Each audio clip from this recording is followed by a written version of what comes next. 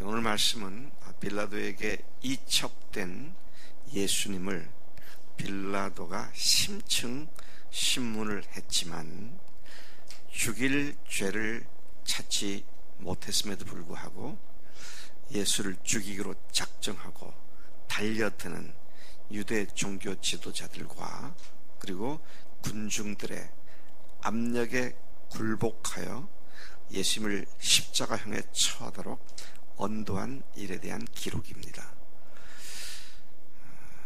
1절부터 5절까지 보면 빌라도가 예수님을 신문하죠. 새벽에 대제사장들이 즉시 장로들과 서기관들 곧 온 사내들은 공회로 모이고 그들과 더불어 의논하고 예수를 결박하여 끌고 가서 빌라도에게 예수를 넘겼습니다.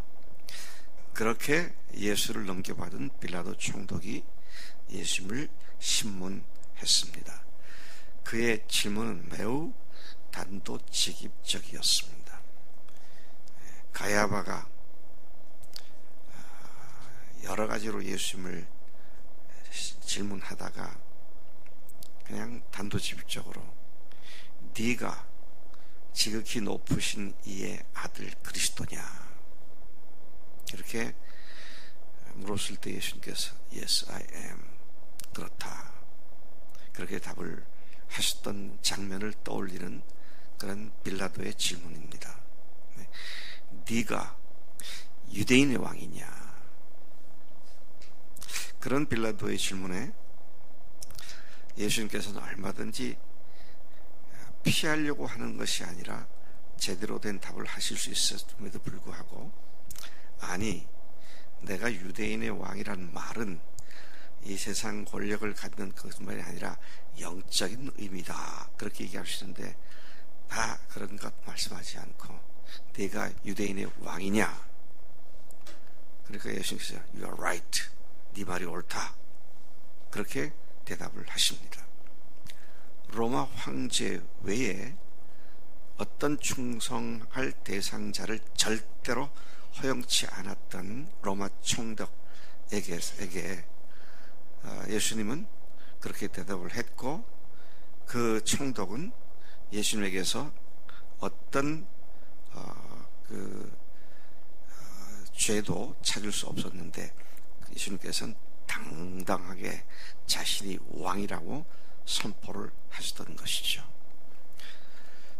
그런 상황을 지켜보던 대제사장들이 여러 가지로 예수를 고발하고 사형을 언도하도록 종용하고 있는 장면을 또한 봅니다. 그러한 상황에서 빌라도가 재차 또 물었습니다. 그러나 예수께서는 아무 대답도 하지 않고 계셨어요. 빌라도는 저 사람들이 많은 것들을 너에 대해서 고소하고 제시하고 있는데 너를 고발하고 있는데 너는 어떻게 생각하냐? 그러나 예수께서 역시 아무 말씀도 대답하지 않으셨고 빌라도는 이를 놀랍게 여겼다. 본문에 그렇게 말하죠. 보통 사람 같으면 살 길을 찾기 위해서 조금이라도 틈이 있으면 그 틈을 비집고 들어가서 자기를 변명하고 정당화시킬 텐데 이 예수라는 자는 전혀 자기를 변론하지 않고 변명하지 않는 것을 이상하게 여겼다는 말씀인 것이죠. 6절에서 15절까지를 보면 십자가에 못 박히게 예수를 넘긴 사건을 말씀하고 있습니다. 그 주간이 유대인의 최대 명절이었던 유월절 기간이었지 않습니까? 바로 이 주간이기도 하죠. 오늘 이 본문 말씀은 이 주간 내일 발생하는 장면인데 참 기가 막힙니다. 새벽에 뭐 좋은 일도 아니고 사람을 죽이는 일과 관계돼서 새벽에 득달같이 모여서 이스라엘의 최고 권위 있는 자체 의결 기구인 사내들이 모여가지고 예수를 죽이겠다고 지금 이렇게 빌라도에게 넘겨준 것을 보게 되는 것이죠. 자, 그런데 유대인의 최대 명절인 유월절 기간에 명절 때에는 백성들이 요구하는 대로 죄수 한 사람을 특별 사면해 주는 전례가 있었습니다. 근데 때마침 그때 민중 폭동을 계획하고 그 소란한 틈을 타서 사람을 죽인 바라바라고 하는 살인자가 있었습니다. 그가 붙들려고 감옥에 있었죠. 무리가 빌라도에게 전례대로 한 사람을 사면해 달라고 요구를 하자 빌라도는 너희는 내가 유대인의 왕을 놓아주기를 원하느냐 그렇게 질문했습니다. 빌라도는 대제사장들이 시기로 예수를 넘겨준 줄을 잘 알고 있었기 때문에 이러한 질문을 한 것이죠. 그러나 대제사장들의 충동을 받은 무리가 도리어 바라바를 석방하라고 외칩니다.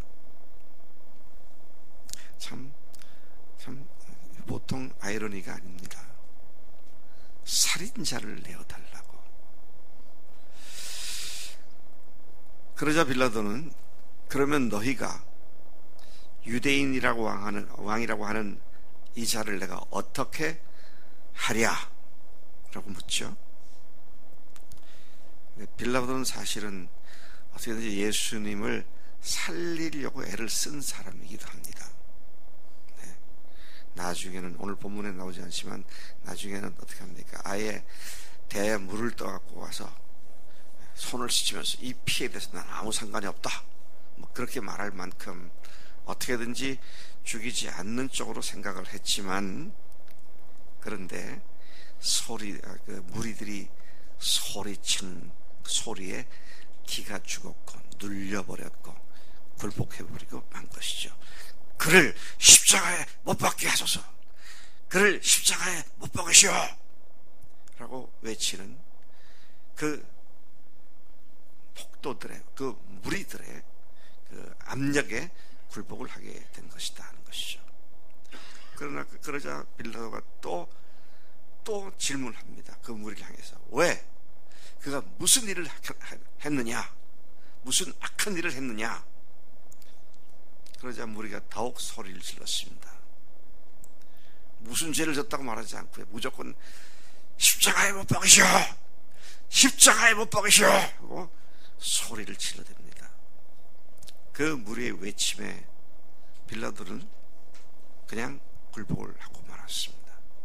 그들의 외침이 빌라도를 이겨먹었고 예수를 죽이라고 아우성치는 무리에게 만족을 주기 위해 그들의 인심을 사기 위해 바라바를 석방하고 예수는 채찍질을 하고 십자가에 못 박히게 넘겨주라는 언도를 내렸습니다. 빌라도는 자기 양심에 반한 결정을 한 자였습니다. 사람들의 눈치를 살피며 산 사람이었습니다. 여러분, 우리가 세상을 살면서 그리스도인을 살면서 사람의 눈치를 보면서 사는 것은 뭡니까? 사람들의 종이 된다는 얘기입니다. 사람들의 비위를 맞추기 위해서 그렇게 살면 빌라도와 똑같은 상황이다 라는 것을 다시 한번 생각해 보게 됩니다. 이 두 무리들, 하나는 예수를 죽이라고 아우성쳤던 대제사장들을 포함한 무리들과 또 하나는 빌라도입니다. 이들의 결과가 어떻게 됐어요? 빌라도를 먼저 얘기한다면 제가 빌라도가 유대 총독에 재위한 시기를 보니까 10년 남짓밖에 못했더라고요. 그리고 어떤 기록들에 의하면 로마에 돌아가서 그는 그대로 그냥 파직을 당해야만 하는 그런 불운한 삶을 살았다. 피식민지의 민심을 얻어가지고 안정되게 잘 나라를 통치해서 훈장이라도 받고 또 영웅대접도 받기를 원했겠지만 그는 그렇게 사라지고 말았다는 것이죠. 뿐만 아닙니다. 오늘 빌라도라는 이름을 모르는 사람이 거의 없잖아요. 특히 교회 다니는 사람들은. 어디 나오죠? 사도신경에 나오잖아요. 본디오 빌라도에게 고난을 받으사 십자가에 못 박혀 죽으시고, 그렇죠? 야, 참 기가 막힙니다. 내가 빌라도였으면 2000년간 그런 얘기를 들을 때 너무 억울했을 것 같아. 나는 꼭두각시 역할을 했고 죽인 놈들은 저 유대 종교 지도자들이었는데, 근데 그는 뭡니까? 저주의 대명사가 되었습니다. 참 기가 막힙니다. 자기 양심에 반하고 사람들에게 얄팍한 민심을 얻기 위해서 하나님의 뜻을 저버리는 그러한 비겁한 자 빌라도. 자, 그의 그 후가 그렇게 되었다라는 것을 보죠. 유대인들은 어떻게 됐습니까? 유대 대제사장들과 공회와 또 온 무리들은 어떻게 됐습니까? 이 일이 있은 지 40여 년 채 지나지 않아서 전 세계로 유대인들이 다 흩어지는 이산민이 되었고, 2000년 동안 전 세계에 흩어지는 곳에서 많은 사람들로부터 핍박과 박해와 그리고 살육을 당하는 그런 역사를 우리가 너무 잘 알고 있습니다. 하나님은 의로운 자를 사랑하시고 복 주시는 줄로 믿습니다. 사람들의 눈치의 종이 되어 상황과 형편에 굴복한 비겁한 자들을 결코 복 주시지 않습니다. 하나님께서 오늘 이 아침 빌라도의 언도를 통해서 우리가 어떻게 심지가 견고한 자가 되어서 주님의 눈치만 살피지 사람의 눈치를 살피지 않고 주님 앞으로 달려가는 삶을 살아야 하는지 오늘 우리에게 말씀해 주신 줄로 믿습니다. 이 새벽이 주님 앞에 다시 오로지 주님밖에 없습니다. 오로지 주님만 바라보겠습니다. 헌신과 결단과 각오를 새롭게 하는 이 복된 시간 되기를 축복합니다. 하나님 아버지 감사합니다.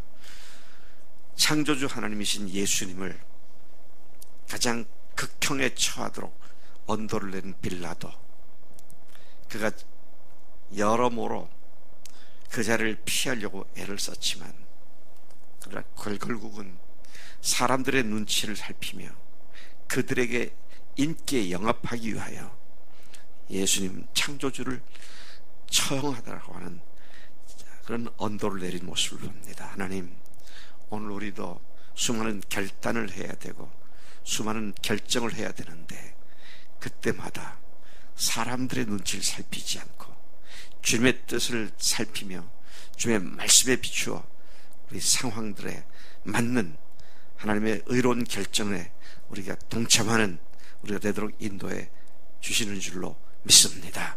이 시간 이후 비겁하지 않게 하시고 이 시간 이후 주님 앞에 당당하게 사는 우리가 되도록 역사해 주실 줄로 믿습니다. 감사하고 예수님의 이름으로 기도를 쌉나이다. 아멘.